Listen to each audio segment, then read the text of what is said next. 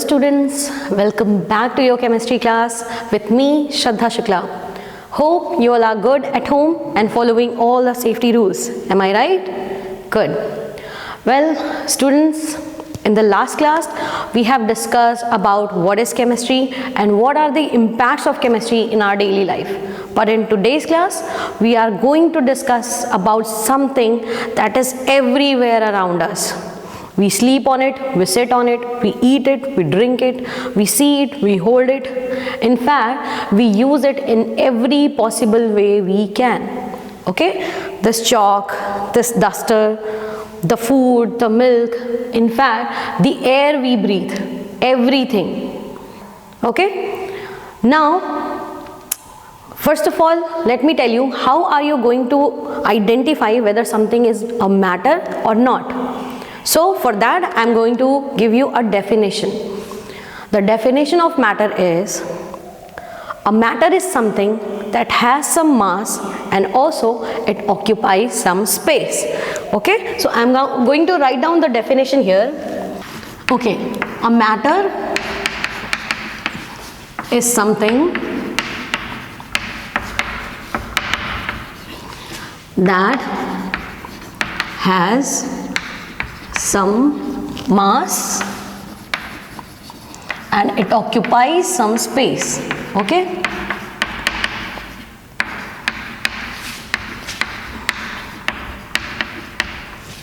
for example, the mobile phone in your hand. See, I have one. I'm going to hold it in my hand. Okay, it feels a little heavy. Why? I have to do some efforts to hold it up. Why so? Because it has some mass, and also I cannot place anything in this space. It is occupying some space in my hand, so I cannot put this chalk into this space. Okay, hence I can say this mobile phone is also a matter. Okay, now students, please understand everything, every substance is composed of matter. Okay, please remember this thing, all the substances are composed of matter. Such as this duster, it is made of wood, hence it is made of wood and it is a matter because it also has some mass and it is also occupying some space in my hand. Okay, now if you recall, I have just said earlier that the food, the milk and the air, I have used the word air, it is also a matter. You must be thinking why air is a matter. Well, let me explain you. Have you ever tried to lift up the gas cylinders, those LPG gas cylinders used at your homes? Does it feel heavy? Why? It contains only gas.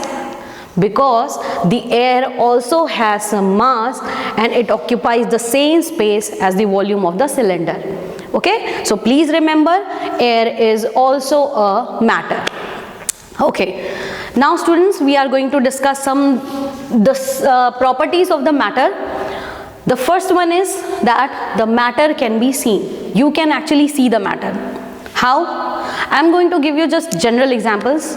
Okay, when you go to a general store and ask the shopkeeper that give me 1 kg of sugar, and you look at the LCD display in that electronic weighing balance, what does it show? It shows zeros. Why? Because there is no mass on it right now. But when the shopkeeper puts some quantity of sugar on it, now what does it show? Now it is showing some numerals, the quantity of that sugar. So you have actually seen the mass changing from 0 to some quantity. Hence, you can say that the matter can be seen. You have actually seen it from 0 to some quantity. Okay, the sugar has some mass now, so the matter can be seen. Okay, now let's discuss the second property, that matter has some mass. For that, I have this cup with me. See, it feels very light to hold it. Okay, now I am going to pour some water into it. See, it's heavy now. Why so? Because the water I've poured into this cup has some mass. Okay, the water, it is also a matter, it is also occupying the space in this cup, and also it has some mass. Okay, now let's discuss the third topic, that is the matter occupies some space. For that, I'm going to take a very interesting example. You all must have played with the balloons, right? Now, take a deflated balloon, a balloon that does not have any air into it. Okay, you can fold it and put it in your pockets, right? But what about an inflated balloon, a balloon filled with air into it? You cannot fold it and put it in your pocket. Why?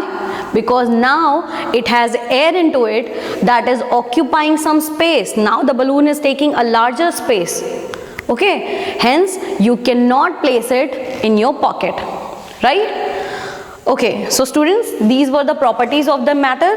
Now we are going to discuss about the classification of matter. So students, there are different ways of classification of matter. I am mentioning here two. The first one is, they are divided into two different materials. First one is naturally occurring materials and the second one is man-made materials. So what are naturally occurring materials? These materials are given by the nature itself, such as wood.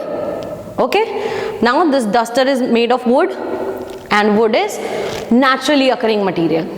Okay, now the second one is man-made material.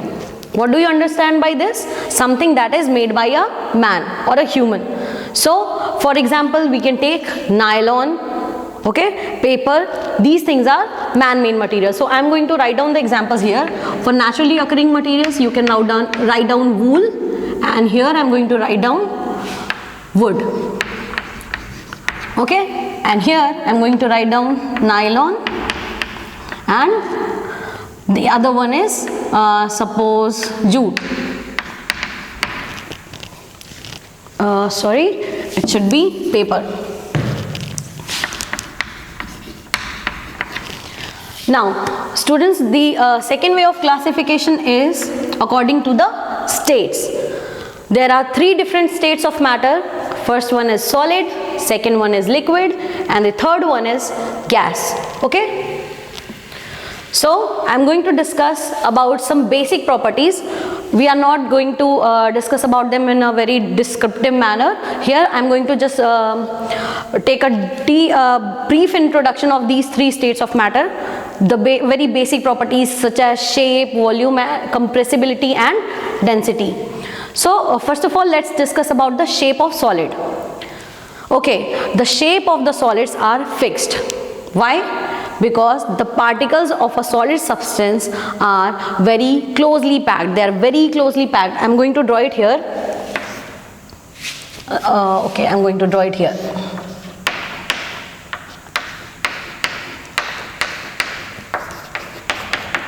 Okay, so if it is a representation of a very small volume of a solid, then see, the particles are closely packed here.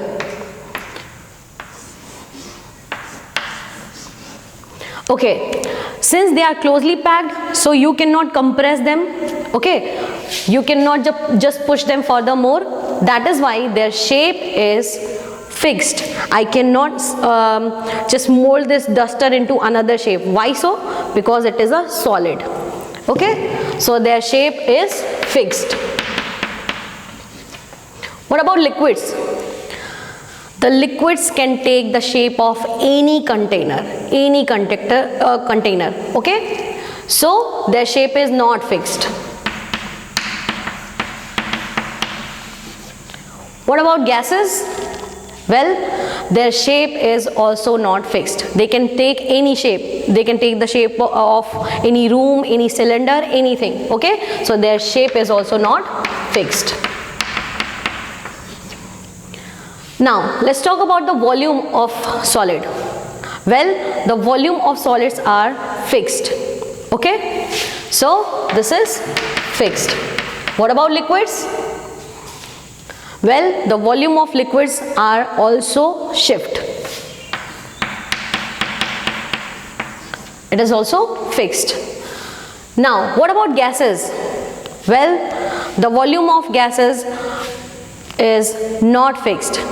Okay, their volume is variable, so they are not fixed.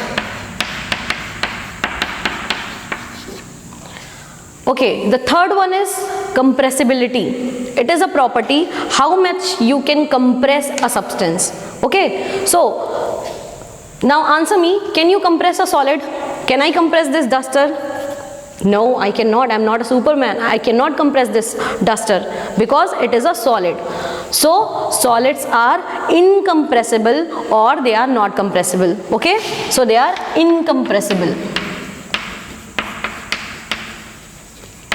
They are incompressible. What about liquids? Well, they are slightly compressible. We can compress them up to certain limits. Okay, so they are slightly compressible.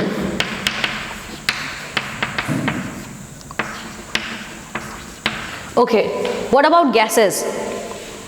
They are highly compressible. Why? Because the particles in gases are far away from each other. Okay, the particles in the gases are far away from each other, so you can compress them as much as you want. Suppose I can compress them up to this limit also. Okay, so gases are highly compressible. Here in the diagram I can show for liquids. See, the particles are slightly far away from each other in comparison to the solid. So they are slightly compressible, but what about the gases? They are very highly compressible. I can compress them up to this limit also. Okay, so here I am going to write they are highly compressible. Okay, now what about the density? Density is something, let me just explain it to you. Density, it means the number of particles in a small volume, in a unit volume. If this diagram represents the number of particles in a unit volume, then you can compare it yourself. If it is a unit volume, the number of particles is higher in comparison to these two, in liquids and gases. So solids have higher density. Okay, so their density is very high. What about liquids? They are less dense in comparison to solid, but in comparison to gas they are dense. Okay, so they are lightly dense.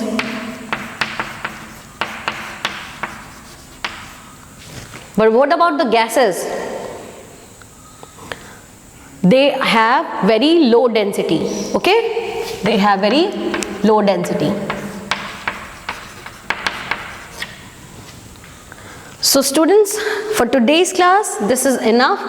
For the next class we are going to discuss the change of state from solids to liquids, liquids to gases, and from solids to gases also.